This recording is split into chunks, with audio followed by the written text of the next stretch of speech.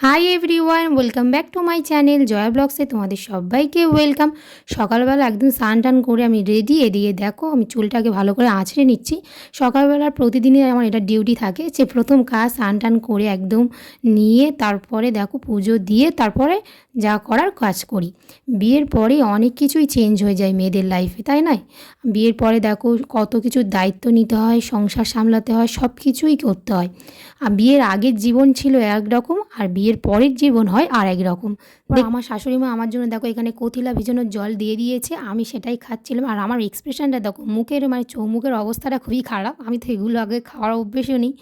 আর দেখো দুপুরে করেছিল আমার ননদিনী কী বলো তো, দই বড়া। উনি খুবই ভালো এইসব মানে রান্নার রেসিপি ওনার পাকাপোক্ত হয়। আর সন্ধে মানে রাতে হয়েছিল বিরিয়ানি।